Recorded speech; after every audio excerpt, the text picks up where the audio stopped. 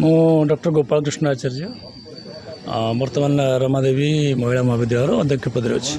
आज रामकृष्ण जन्मजयंती विषय कौन कह रामकृष्ण सामत सिंगर अभिमन्यु सामत सिंगर विरोध में एक सुस्पष्ट उच्चारण यही विरोध में यही दृष्टि कहली जे अभिमन्यु सामत सिंगर निजे भक्ति रसात्मक साहित्य रचना करथिला बेले ये निजे गोटे कर्मवीर थिले एवं क्रांति आनियापाई एवं ए देश को ब्रिटिश शासक ठारू मुक्त करने यथेष्ट श्रमदान करथिले।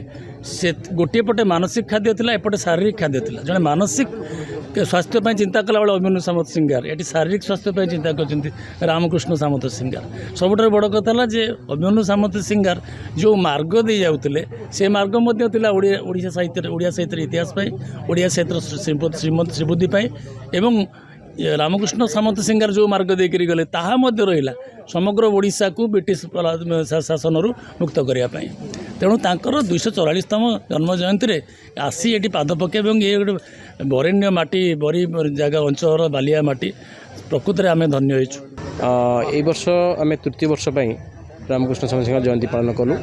तांकर एटा 234तम जन्म जयंती। यही परिप्रेक्षी में आम बहुत खुशी अनुभव करूँ जे समस्त साहाय्य सहयोग कार्यक्रम अति सुरखुर है। आमर अतिथि माने भुवनेश्वर आसते और स्थानीय अंचल बुद्धिजीवी मैंने उपस्थित थे।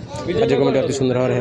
आम मुख्यतः ये दाबी रखुचु सरकार पाखे जे रामकृष्ण सामत सिंह विषय जमी अधिक अधिक तथ्य लोकलोचन को आसवा दरकार।